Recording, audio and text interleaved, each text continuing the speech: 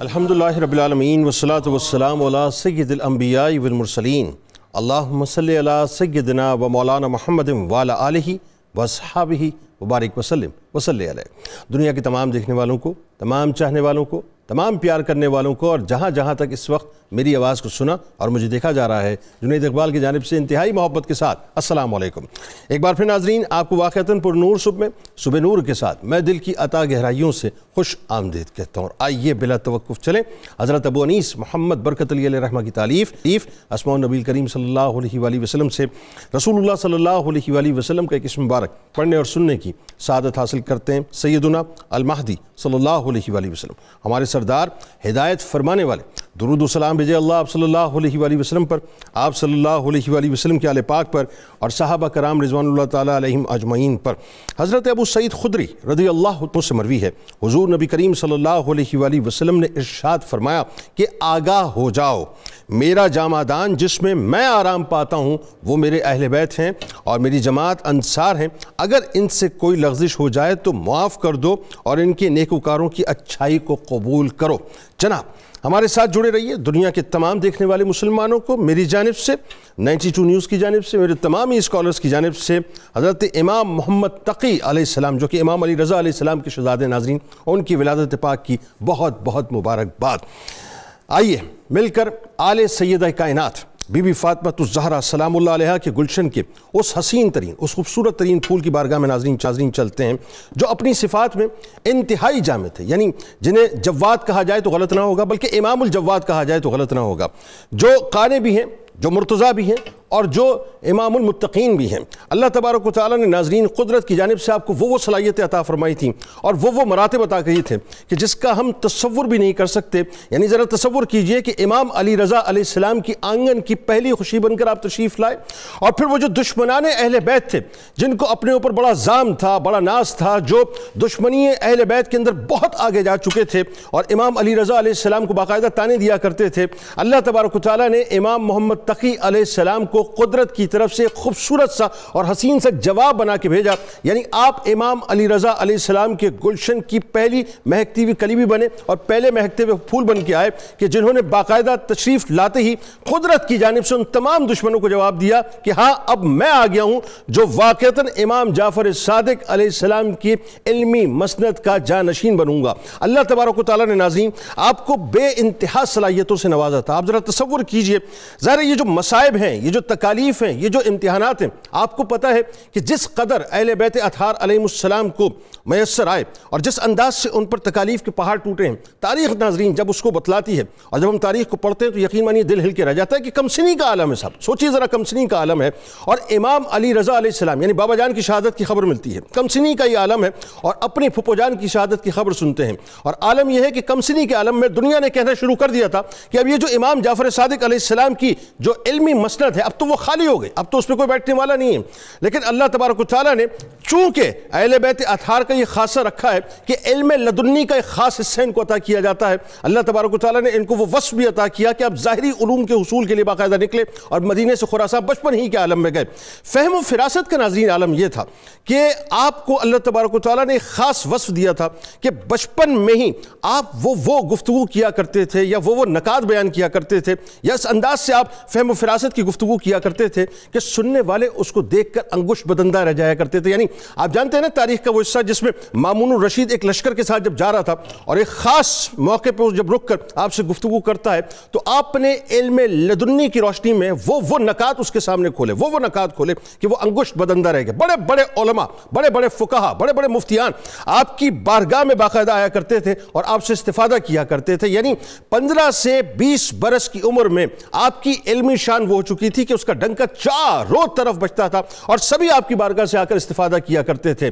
گو کہ آپ کو کسی وجہ سے مامون الرشید کی دامادی قبول کرنی پڑی تھی، لیکن اس کے باوجود بھی ناظرین وہ جو فقر اختیاری تھا، یعنی مولا کائنات مولا علی کرم اللہ وجہ الکریم کی آل کی یہ شان ہے کہ دنیا ہونے کے باوجود بھی آپ نے ہمیشہ دنیا کو ٹھوکر ماری ہے۔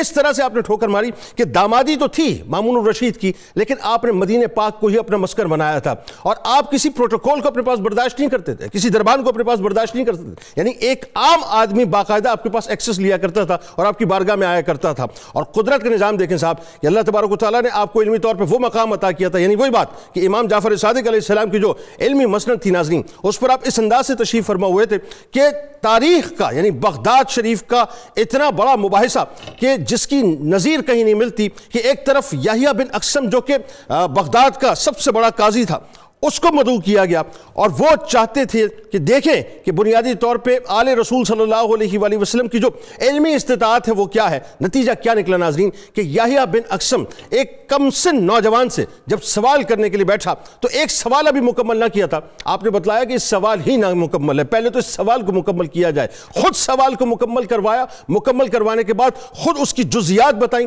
جزیات بتانے کے بعد خد اس کے جوابات دینا شروع کیے، یہاں تک کہ وہ جو 900 علماء اور فضلاء اور مفتیان وہاں پر کرسیوں پر تشریف فرماتے وہ سب کے سب حیرت زدہ ہو گئے صاحب کہ یقیناً یہ وہی ہیں جن کو ہم باب مدینۃ العلم کی آل کہیں، کہ جنہوں نے وہ نکات بیان کر دیے ہیں کہ انسان کی عقل جو ہے اس پہ دنگ رہ جاتی ہے. آئیے ناظرین انہی کی بارگاہ میں چلتے ہیں. ان شخصیات اس وقت ہمارے ساتھ موجود ہیں، یقیناً کسی تعارف کے محتاج نہیں. پہلی شخصیت ممتاز عالم دین ہے، میرے دل کے بہت قریب ہیں، جناب مفتی محمد فاروق القادری صاحب تشریف فرما ہیں.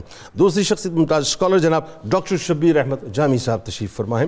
اور تیسری شخصیت ممتاز عالم دین جناب مفتی خلیل احمد یوسفی صاحب تشریف فرما ہیں. تینوں آپ کو السلام علیکم، خوش آمدید. اور آخر میں ان کے ممتاز سناخت جناب الحاج اختر حسین قریشی صاحب منقبت کا نذرانہ پیش کریں گے.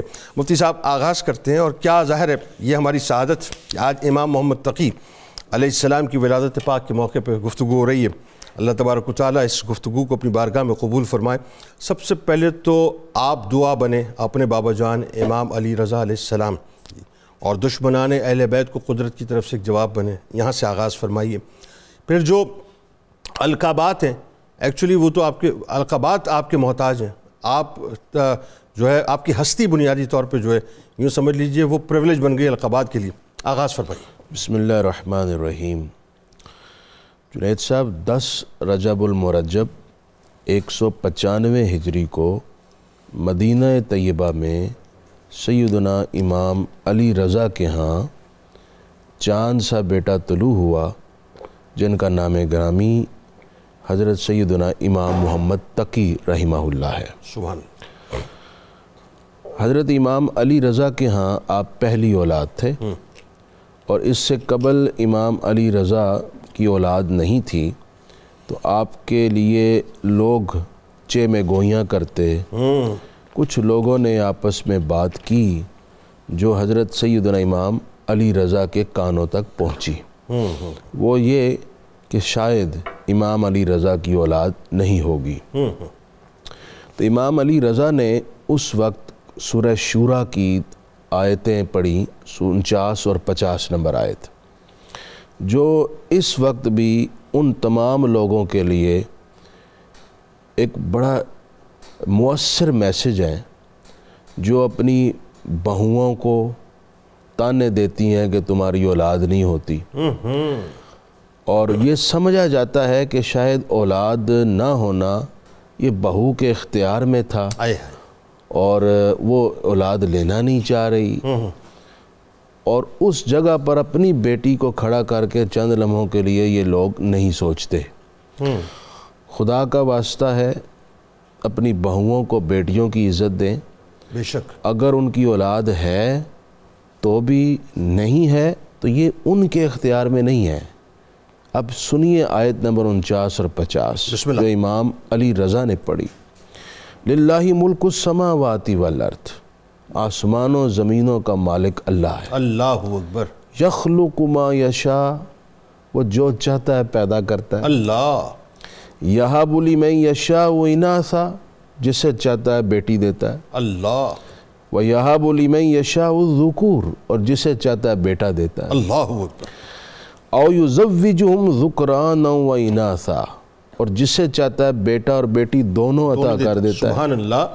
وَيَجْعَلُ مَن يَشَاءُ عَقِيمًا، اور جسے چاہتا ہے بانچ کر دیتا ہے۔ اللہ اکبر، انہو علیم قدیر، اللہ، وہ سب سے بڑھ کر علم والا اور قدرت والا ہے۔ سبحان اللہ، اسی کو پتہ ہے میں نے کس کو کیا عطا کرنا، سبحان، کیا تیقن، جس کو بیٹا دینا ہے، کس کو بیٹی دینی، کس کو دونوں دینے، کسی کو دینی نہیں ہے۔ اللہ، جب یہ بندے کے اختیار میں ہی نہیں تو بندے پر سوال کیسا؟ اللہ، جب یہ بندے کے بس میں ہی نہیں تو بندے کو شرمندہ کرنا یہ ایک بندے کو زیب نہیں دیتا۔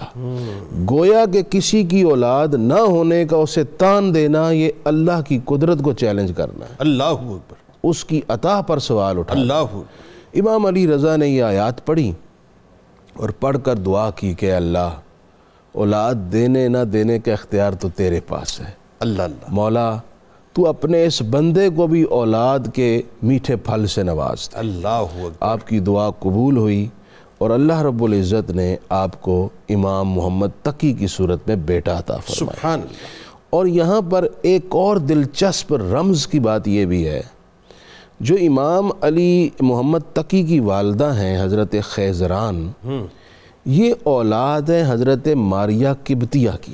سبحان اللہ۔ اور سیدہ ماریہ قبطیہ وہ ہیں جن سے حضور کے فرزند جلیل صاحبزادہ والا شان حضرت ابراہیم پیدا ہوئے تھے۔ سبحان، اور سیدنا ابراہیم کے انتقال پر بھی ایسی ہی گفتگو کی گئی تھی جو حضور علیہ السلام کے بارے میں کہا گیا تھا، اور سورہ کوثر نازل ہوئی۔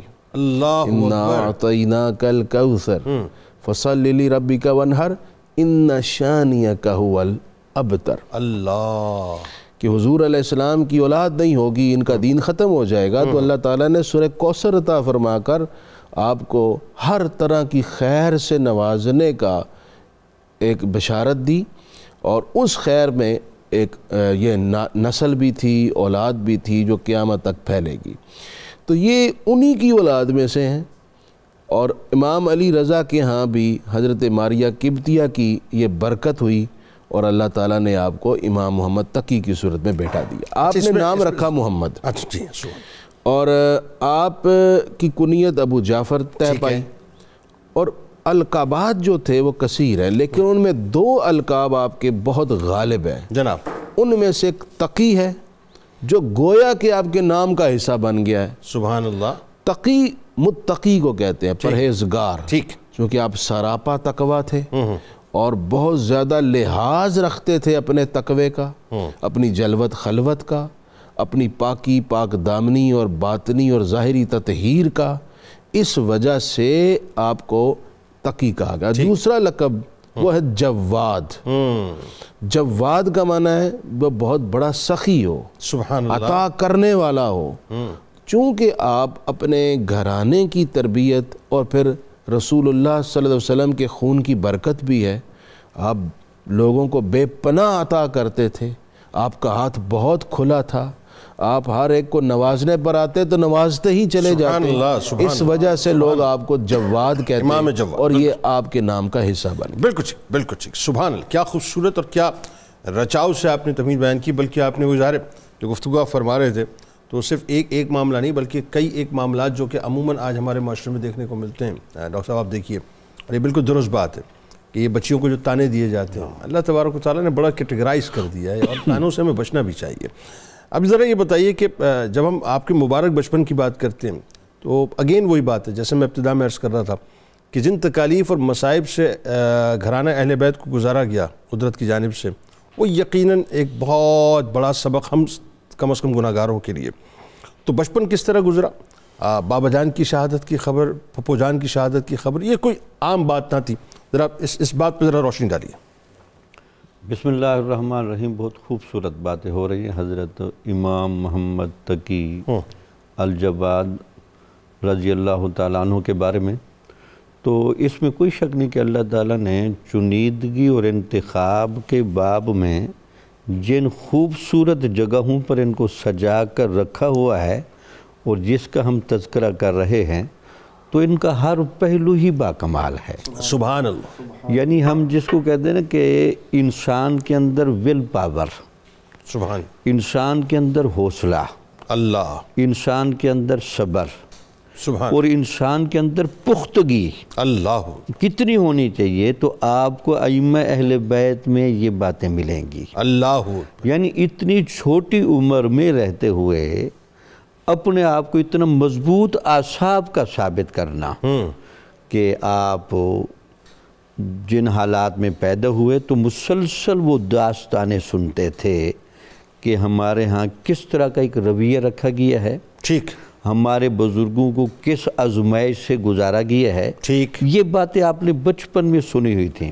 عام طور پر تاثر تو یہی ہوتا ہے کہ چھوٹے بچوں کے سامنے یہ باتیں نہ کی جائیں، بالکل ایسا ہے، لیکن یہاں یہ لگتا ہے کہ یہ باتیں ان کی گٹھی میں ڈالی جاتی تھیں، ٹھیک، اور لگتا یہ کہ حضرت اسماعیل علیہ السلام کا وہ فیض جب ابراہیم علیہ السلام ان کو کہہ رہے تھے کہ بیٹے میں دیکھ رہا ہوں کہ اللہ تعالیٰ نے مجھے حکم دیا ہے اللہ کہ میں آپ کو ذبح کروں، اللہ تو وہ کہہ رہے تھے کہ ابو جان آپ کو جو حکم ملا آپ کر گزریے، آپ مجھے صابر و شاکر پائیں گے۔ اللہ تو اکبر، یہ جو فیضان اوپر سے آ رہا ہے اس فیضان کا رنگ یہاں بھی نظر آتا ہے۔ اللہ اکبر، ان کو یہ واقعات اس لیے بتائے جاتے ہیں کہ دین کی راہ پر کھڑے ہو کر، سچ پر کھڑے ہو کر، اللہ حق پر کھڑے ہو کر جتنی بھی آزمائش آ جائے آپ کے پائے استقلال میں لغزش نہیں آنی۔ سبحان اللہ، یعنی یہ اس نورانی بلڈ لائن کا خاصہ ہے، یہ اس کا خاصہ ہے۔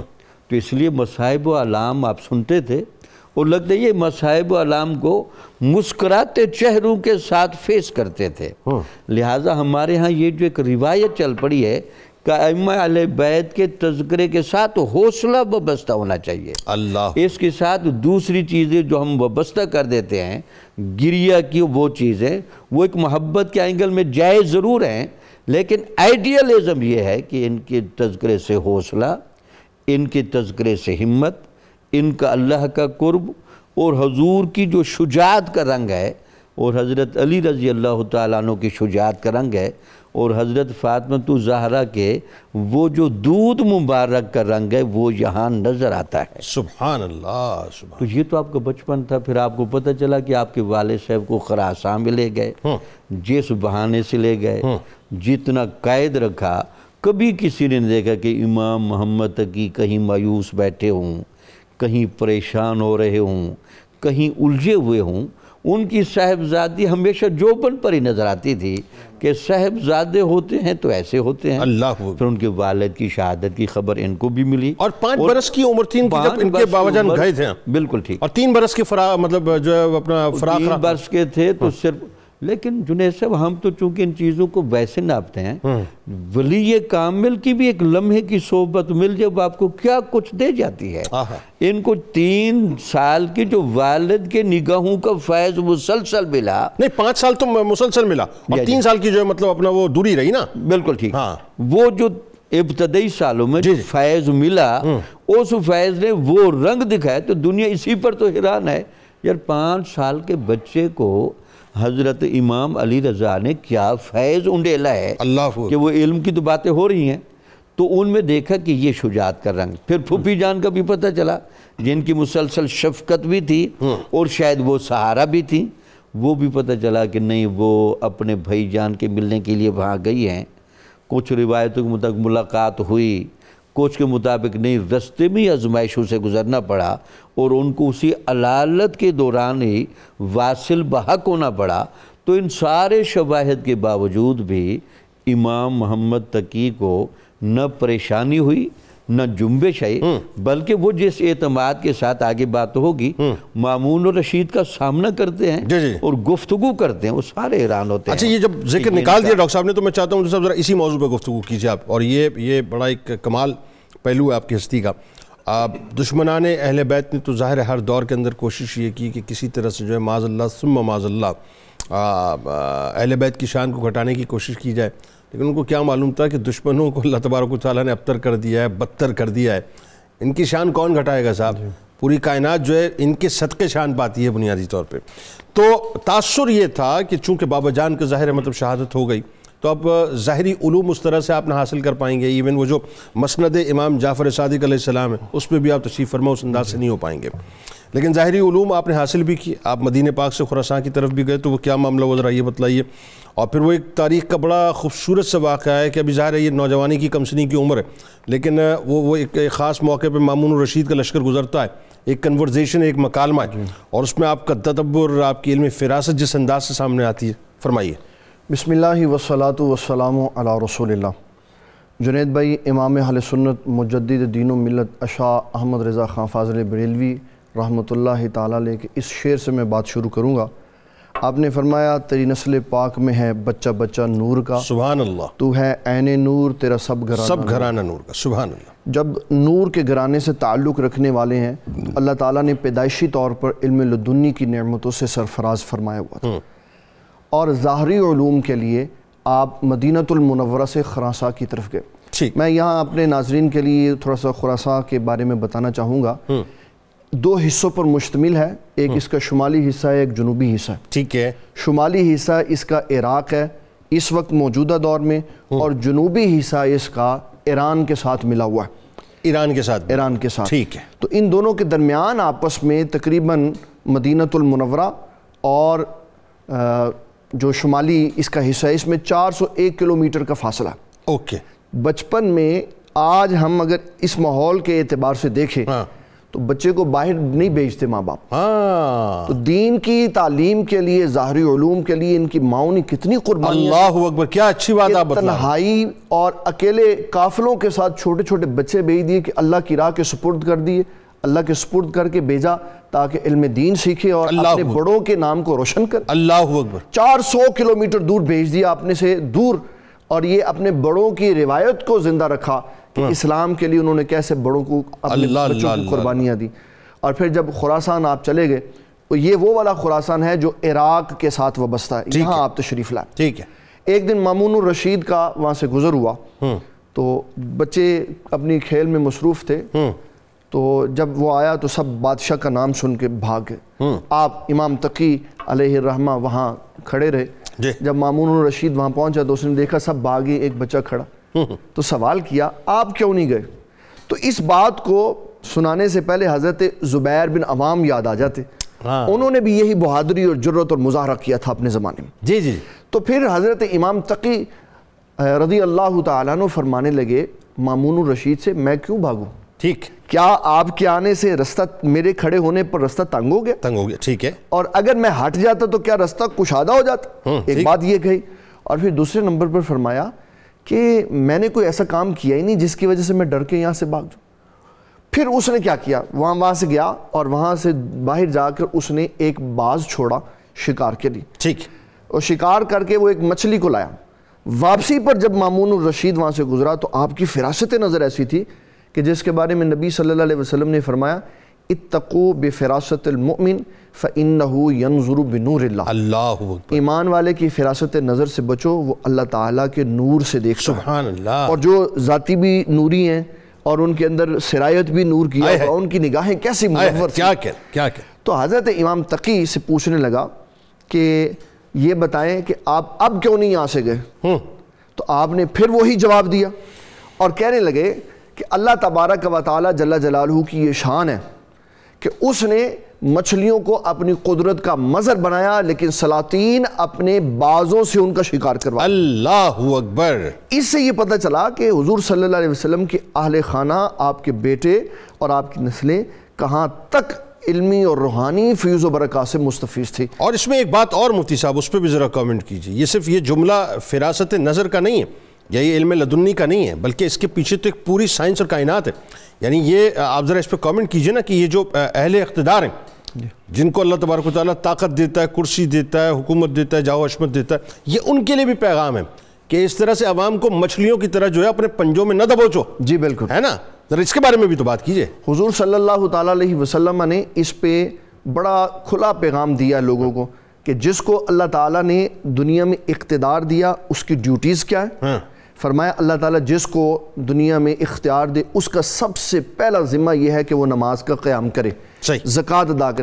اگر وہ اپنی رعایا پر ظلم کرتا ہے تو رسول اللہ صلی اللہ علیہ وسلم نے فرمایا وہ دونوں ہاتھ بدے ہوئے گردن پہ آئے گا، اگر عدل و انصاف کیا ہوا تو معافی ہو جائے گی، وگرنہ اسی طرح اللہ تعالیٰ اس کو دوزخ کی آگ میں پھینک دے گا۔ ہائے ہائے ہائے۔ ناظرین ہمارے ساتھ جڑے رہیے۔ ایک جملہ ہوتا ہے، بات یہ، اور یہ تو ظاہر ہے کہ ان کی آل ہیں جو جوامع الکلم ہیں، یعنی ایک ایک لفظ کے اندر جو ہے پوری پوری کائنات بیان کر دیا کرتے ہیں، یہ ان کی آل ہیں۔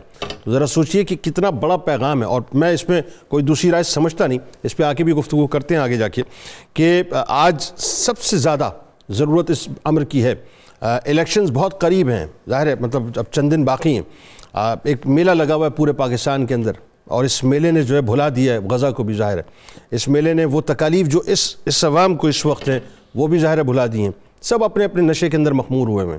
لیکن یہ کتنا بڑا پیغام ہے کہ یہ جو عوام ہے نا، ان کو ہم نے واقعی مچھلی سمجھ لیا ہے، اور ہم جو ہے وہ باس کی طرح جو ہے وہ اپنے پنجے اس مچھلی کے اوپر گاڑے ہوئے ہیں، اور جتنا ہو سکتا ہے اس کے گوشت کو نوچ رہے ہیں۔ بس ہمیں یہ سوچنا چاہیے کہ کل بروز محشر میں اللہ کی بارگاہ میں پیش ہونا ہے، درود پاک سرکار کی بارگاہ میں پیش کیجئے۔ لوٹ کر ایک بڑی ہی کمال تاریخی ڈیبیٹ ہے یحییٰ بن اقسم کے ساتھ، اور کوئی ویسے بظاہر کوئی میچ نہیں ہے، لیکن کیا فراست ہے صاحب، اور کیا علمی تدبر ہے، اور کیا علمی مقام ہے امام محمد تقی علیہ السلام کا، آپ کو بتلاتے ہیں، درود پاک پیش کیجئے۔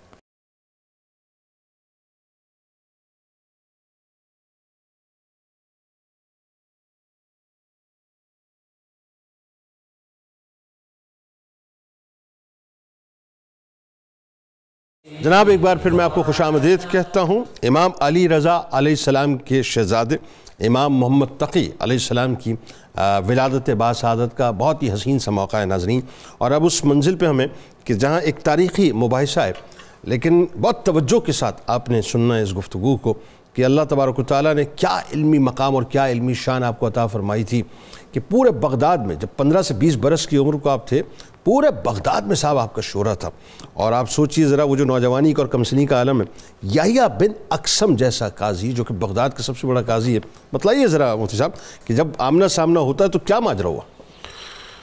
جنید صاحب یہاں ایک بنیادی بات ذہن میں رکھنی چاہیے کہ اہل بیت عظام کی تمام فیملیز میں سب سے زیادہ جس چیز کو ترجیح حاصل تھی وہ علم تھا، کیونکہ یہ سب اس گھرانے کے چراغ ہیں جس گھرانے میں پہلا سبق جو نازل ہوا وہ اقرا تھا، اور نبی پاک علیہ السلام نے علم کو اپنی وراثت قرار دیا، اور امام محمد تقی جن کا نام ہے، تقی جن کا تقوی شعار بنا، قرآن نے کہا انما یخشی اللہ من عبادہ العلماء، اللہ علماء ہی ہیں جو اللہ سے ڈرتے ہیں، یعنی متقی ہوتے ہیں۔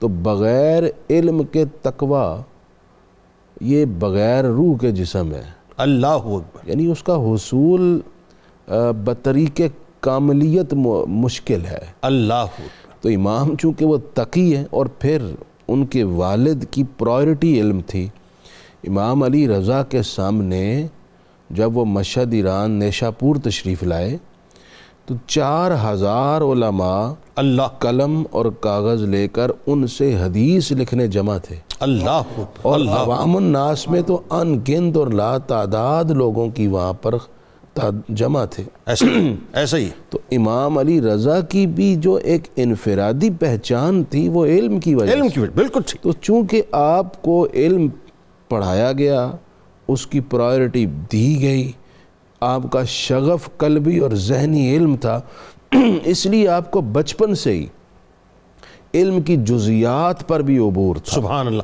یعنی قرآن حدیث فقہ تمام علوم پہ جزیات پر عبور تھا۔ اب آپ دیکھیے کہ خلیفہ مامون کے کہنے پر قاضی وقت یحییٰ بن اقسم جو اپنے علم میں، اپنے استدلال میں، اپنے معاصرین پر ایک سبقت رکھتا تھا، اور عمر رسیدہ بھی یعنی تجربہ کار، تو ان کے سامنے امام علی محمد تقی کھڑے ہیں، اور آپ ابھی کم سنی میں ہیں، اور آپ سے وہ ایک سوال کرتا ہے، ٹھیک، اور یہ سوال کرنے کے لیے ایک ماحول بنایا گیا، لوگ جمع کیے گئے تاکہ لوگوں کو، مامون کے ذہن میں یہ تھا کہ لوگوں پر یہ بات عیاں ہو کہ اہل بیت اعظام کا ہر فرد ہی علم میں غیر معمولی صلاحیت اور رسائی رکھتا ہے۔ ٹھیک۔ سوال کیا گیا یحییٰ بن اقسم کی طرف سے کہ آپ یہ بتائیے کہ حالت احرام میں کوئی شخص شکار کر لے تو کیا حکم لگتا ہے؟ تو حضرت سیدنا امام محمد تقی نے فرمایا کہ جناب آپ کا یہ سوال ادھورا ہے۔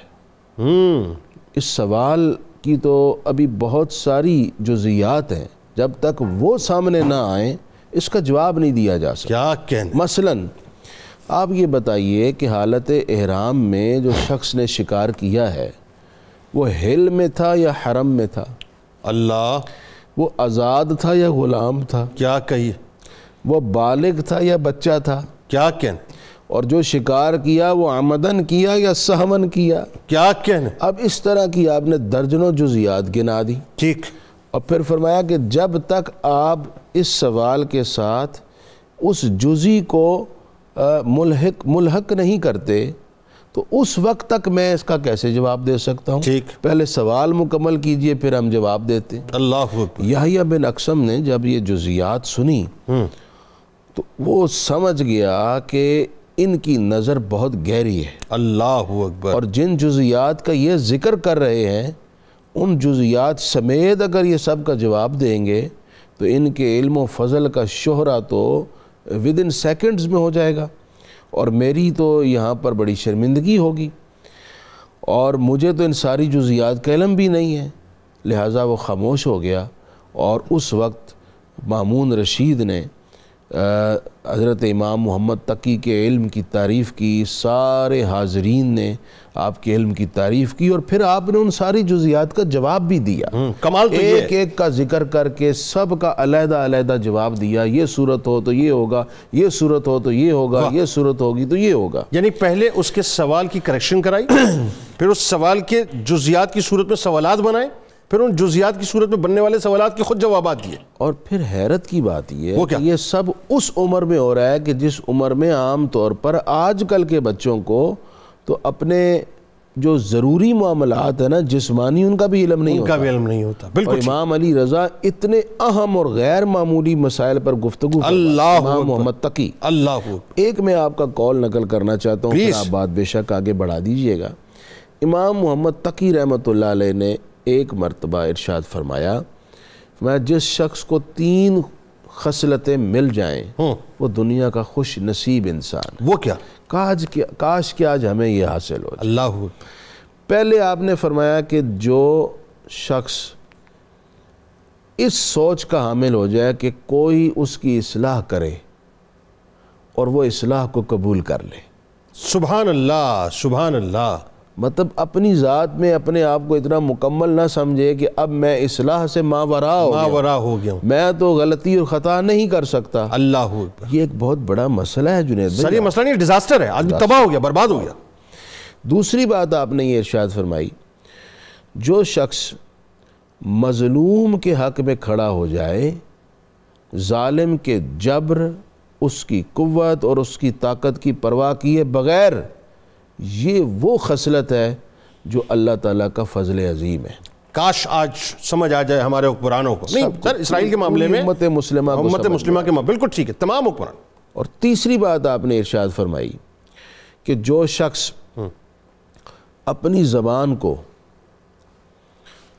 اللہ تعالیٰ کے حکم اور رسول اللہ صلی اللہ علیہ وسلم کے فرمان کے تابع کر لے، سبحان اللہ، یہ وہ خصلت ہے جو انسان کو انسان بناتی ہے۔ اللہ آج زبانیں کنٹرول میں نہیں رہی جنید بھائی، نہیں رہی، بالکل ٹھیک۔ قوم اتنی بدتمیز ہو چکی ہے، میجورٹی ہاں ایسا ہی، ایسا ان کی زبانیں اتنی لمبی ہو چکی ہیں، ایسا ہی سر، چھوٹا بڑا، ایسا ہی۔ چاہے وہ صاحب علم ہے، سیاستدان ہے، کوئی بھی، یار آپ اختلاف کیجئے 1000 مرتبہ، لیکن اختلاف کے لیے یہی ضروری ہے کہ آپ کسی کو گالی دے کر، کسی کو برا کہہ کر، کسی کو ہٹ کر کے ہی اس سے اختلاف کریں۔ بہت بری اختلاف کا بھی تو ایک دائرہ تہذیب ہے نا، اس میں رہ کر بھی تو اختلاف کیا جا سکتا ہے۔ یعنی اختلاف کی ابتدائی اب کپڑے اتار کے ہوتی ہے، ابتدا یہاں سے ہوتی ہے، انتہا تو پتہ نہیں کہاں پہ جا کے ہوتی ہے۔ بہت صحیح فرمایا۔ کتنی خوبصورت حضرت امام محمد تقی کی نصیحتیں ہیں۔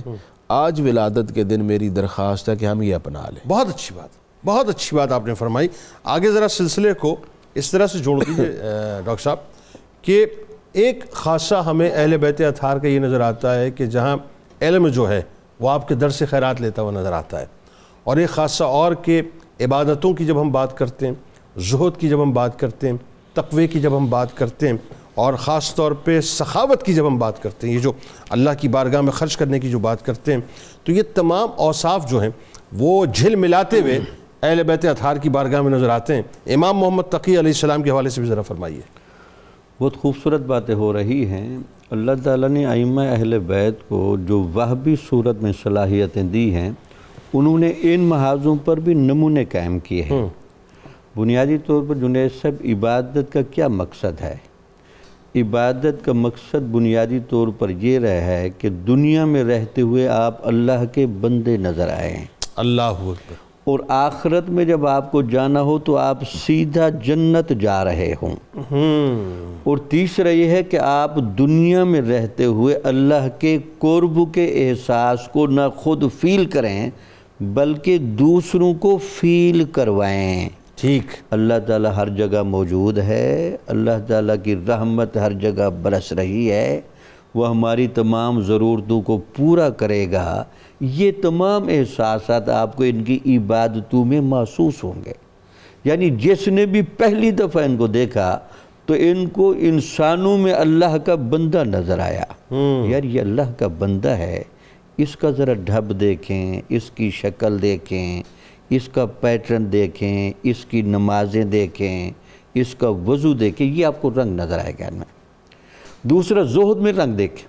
زہد بنیادی طور پر جو حضور نبی اکرم صلی اللہ علیہ وسلم نے فرمایا تھا کہ الفقر فخری، وہ یہ تھا کہ دنیا میں حالات جو کچھ بھی ہو جائیں تب بھی آپ کا باطن، آپ کا دماغ، آپ کا دل، آپ کی روح اتنی طاقت میں رہنی چاہیے کہ آپ کو اللہ پر اعتماد نہ ٹوٹنے پائے، شکوہ کی کیفیت پیدا نہ ہو، آپ پریشان نہ ہوں، ہمیشہ اللہ کی رحمت پر، اللہ کے فضل کے انتظار میں رہیں. اللہ ضرور بہتری فرمائے گا. یہ بھی انہوں نے کر کے دکھایا. ظاہری حالات ان کے بڑے تنگی کے رہے، لیکن انہوں نے چونکہ تقوی کا ہمیشہ مظاہرہ کیا، اور ہمیشہ یاد رکھے تقوی جہاں بھی ہوگا غیب سے رزق آئے گا. سبحان اللہ. تو غیب سے رزق لانے کے لیے تقوی بنیادی شرط ہوتا ہے. تو ان کے ہاں یہ بھی ملتا ہے. کسی نے نہیں دیکھا کہ ان کو دنیا کی محبت میں الجھے ہوں، دمادی تک حاصل ہے، لیکن اس کے باوجود کوئی ایسی چیز نہیں جو ان کو نہ مل سکے.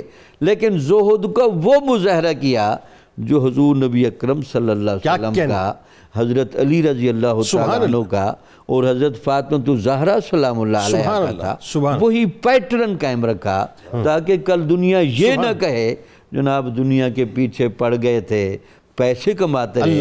آج ہمارے وہ سادات بھائی جو اس پیٹرن سے ہٹے ہوئے بیٹھے ہیں، ذرا اپنے اسلاف کو دیکھ لیں. آپ کے اسلاف کیا تھے، ان کا پیٹرن کیا تھا.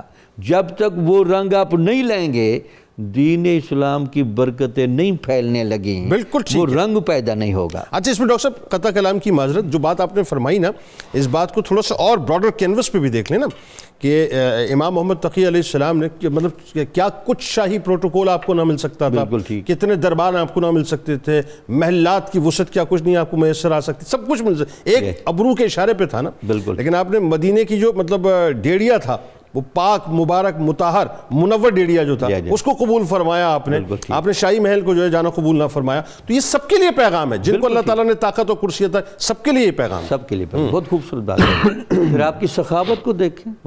ایک بندے نے آ کر بات کی کہ میں ذرا تنہائی میں رہتا ہوں، مجھے شادی کی بھی ضرورت ہے، میرے وسائل بھی نہیں ہیں. وہ صرف بات کر کے چلا گیا. ٹھیک. اب اس کے وہم و گمان میں نہیں تھا کہ یہ لوگ کتنے لجپال ہوتے ہیں. سائل کے سوال کو فَمَّ السَّائِلَ فَلَا تَنْهَرْ کا فیض اس نسل میں کیسے آ رہا ہے، اس کو تو یہ تصور ہی نہیں تھا. وہ کچھ عرصے کے بعد آیا، آپ نے اس کو بلایا. بلانے کے بعد اس کو ایک باغ میں لے گئے، اس کے لیے باقاعدہ رشتے کا بندوبست کیا، اس کے لیے سارا ماحول بنایا، باغ، مکان، سب کچھ دے کر چابیاں اس کو تھمائیں اور یہ بتایا کہ یہ آل محمد کے لوگ اتنے سخی ہوتے ہیں، یہ مال بھی دیتے ہیں، باغ بھی دیتے ہیں، جائز رشتے بھی کراتے ہیں. تو یہ ایک جائز خواہش اس کی جو تھی، اس جائز خواہش کو آپ نے جائز خواہش کو پورا کیا. مطلب یہ کہ یہ بھی رنگ وہاں تھا. اب بھی ہم یہ کہیں کہ ہمارے ہاں اب ایسے لوگ موجود نہیں، وہ ہمارے عوام کے درد و دماغ کا یہ سماع نہیں کر سکتے، تو آپ کو جواب نفی میں ملے گا. ایسے لوگ بھی موجود ہیں، سادات بھی موجود ہیں، گھرانے موجود ہیں.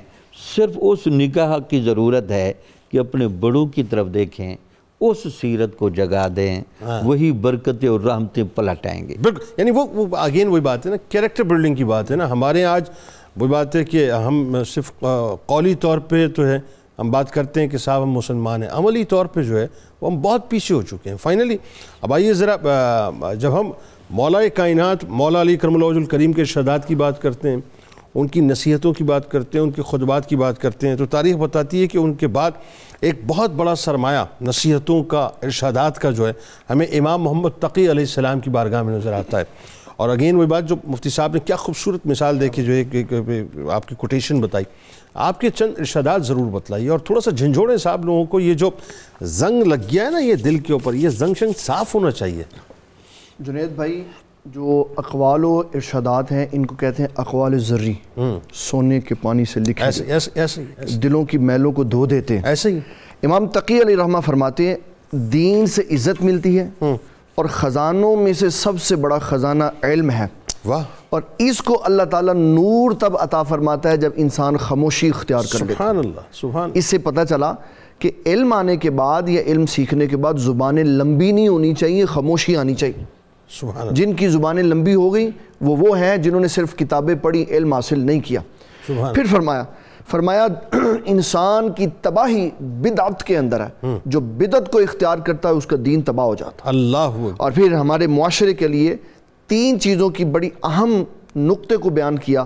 فرمایا یہ 3 چیزیں ایسی ہیں جن سے اللہ کی رضا حاصل ہوتی. نمبر 1 فرمایا کثرت سے استغفار.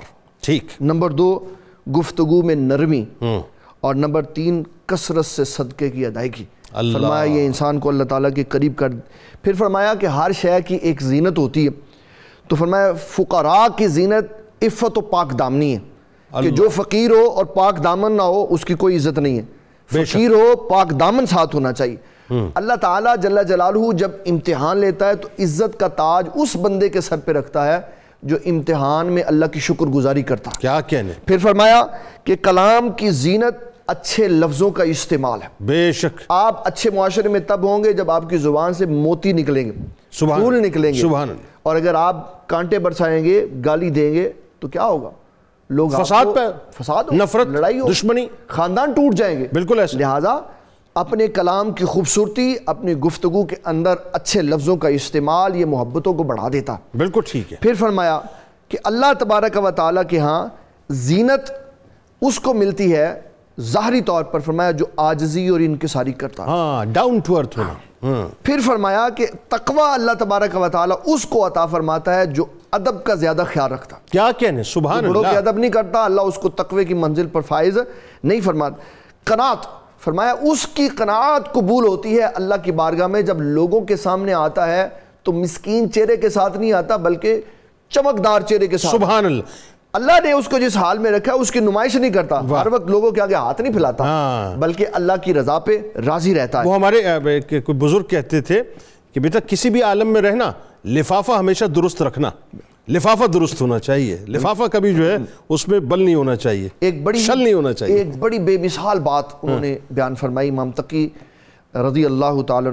فرمایا اللہ تعالیٰ جب بندے کو نعمت دیتا ہے نا تو پھر واپس نہیں لیتا. کیا انسان اپنی حرکتیں ایسی کرتا ہے کہ نعمت واپس چلی جاتی. 100% بالکل ٹھیک. اور پھر فرمایا کہ معاشرے میں اگر عزت پیدا کرنا چاہتے ہو تو 3 کوالٹیاں اپنے اندر پیدا کرو. نمبر 1 معاشرے میں انصاف کے ساتھ زندگی گزارو. اپنا ہے بیگانہ ہے، جس نے انصاف کو چھوڑا وہ برباد ہو. ایسا ہی جس ادارے نے انصاف کو چھوڑا وہ برباد. انفرادی طور پہ بھی اجتماعی طور بالکل ٹھیک. دوسرے نمبر پر فرمایا مصیبت میں لوگوں کے ساتھ ہمدردی کرو. کتنا اچھا ہے. اور جب کسی کو تکلیف میں دیکھو تو ویسی شکل بنا لو جیسی اس کی بنی ہوئی، یعنی اس کی تکلیف کو محسوس کرو جب تم اس کی تکلیف کو محسوس کرو گے تو اس کا دکھ کم ہو جائے گا. یعنی یہ اس کا سائیکولوجیکل امپیکٹ کیسا ہے کہ آپ کسی اگر تکلیف زدہ شخص کے پاس بیٹھتے ہیں اور اگر آپ اس کی ہی جیسے اس کی مطلب تاثرات اس کو دیتے ہیں تو اس کو محسوس ہوتا ہے کہ یہ میرا ہمدرد آ گیا, یہ میری دکھ کو بانٹنے کے لیے, یہ میری تکلیف کو بانٹنے کے لیے. اور اگر اس کے بیٹھ کر اس کے ساتھ مذاق کریں, جس طرح ہمارے ہاں فوتگیوں میں ہوتا ہے کہ ایک بندہ جس کے گھر میں میت ہے وہ پریشان ہے, لوگ بیٹھ کے سیاست پہ بات کر رہے ہیں, لوگ بیٹھ کے ایک دوسرے کو کاروبار پوچھ رہے ہیں, اس کے غم میں غم بانٹنے کے لیے آئے ہیں, اس کے ساتھ ہمدردی کریں, لیکن ایسی کوئی کیفیت نہیں. تو فرمایا پریشانی میں پریشان زدہ بندے کی کیفیت کے اثرات کو اپنے اوپر وارد کرنا اس کی تکلیفوں کو کم کر دیتا. اور کیا یہ اچھا ہو کہ یہ محسوس کریں کہ تکلیف خدا نہ خواستہ کہ میرے اوپر بھی آ سکتی ہے. اور پھر فرمایا اللہ تبارک و تعالیٰ کی بارگاہ میں کامیاب وہ بندہ ہوتا ہے جس کا ضبط پختہ ہوتا ہے.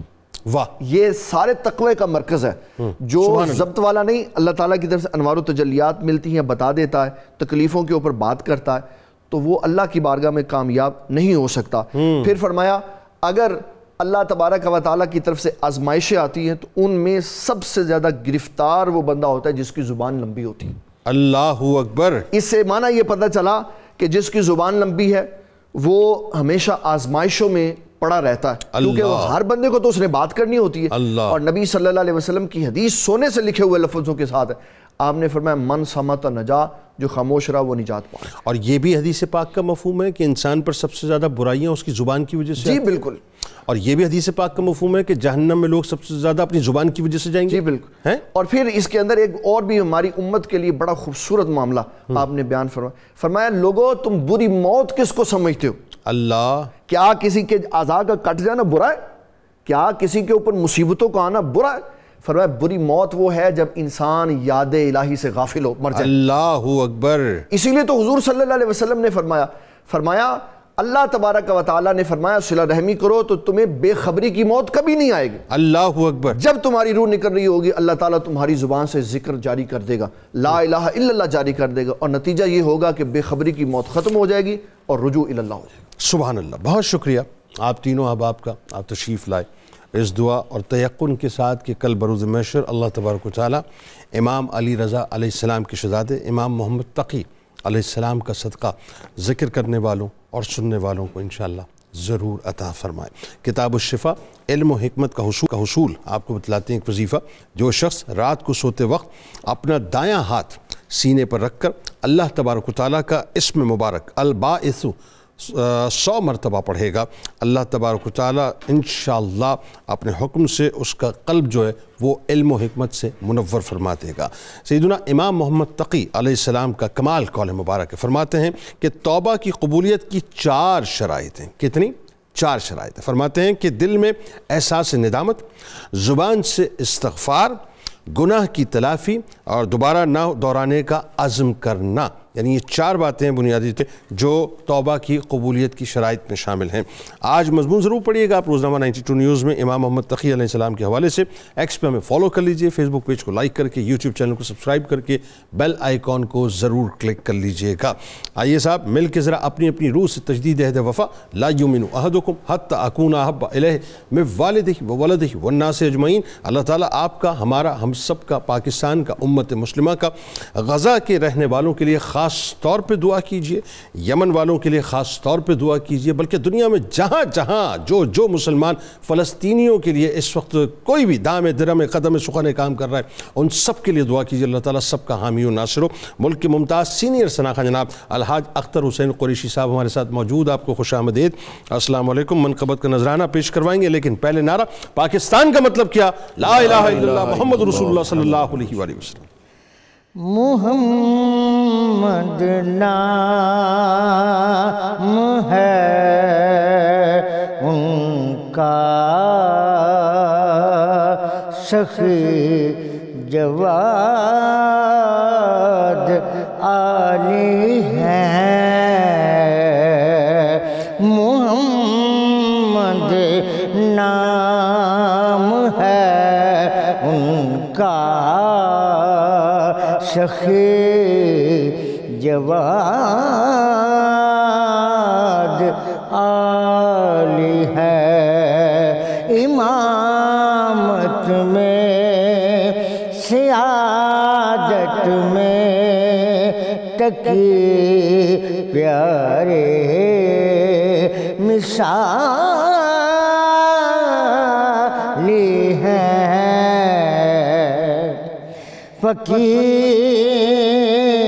فقیہان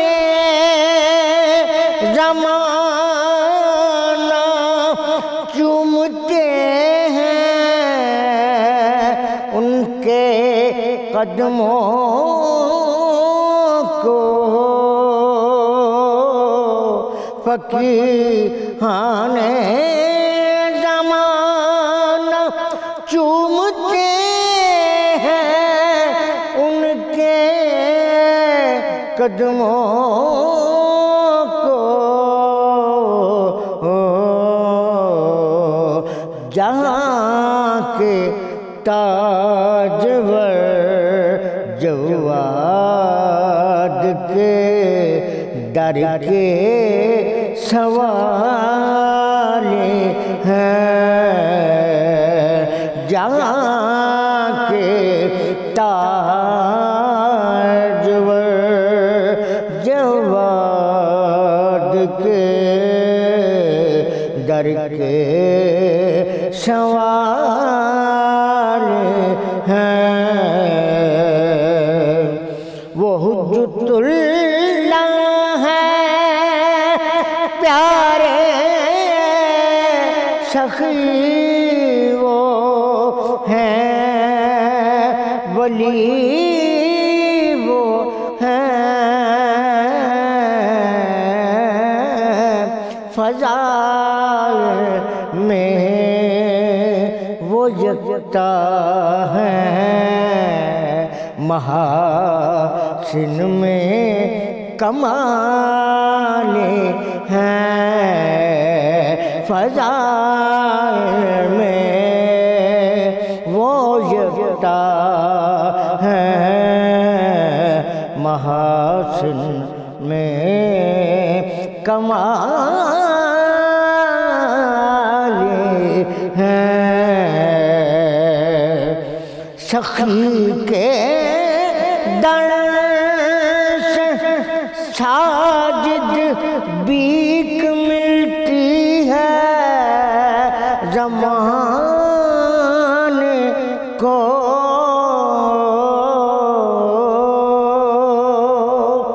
سخی کے در سے ساجد بیک ملتی ہے زمانے کو وہ اپنے عاشقوں کے دنیا و عقبا میں آل ہیں محمد نام ہے ان کا سخی جواد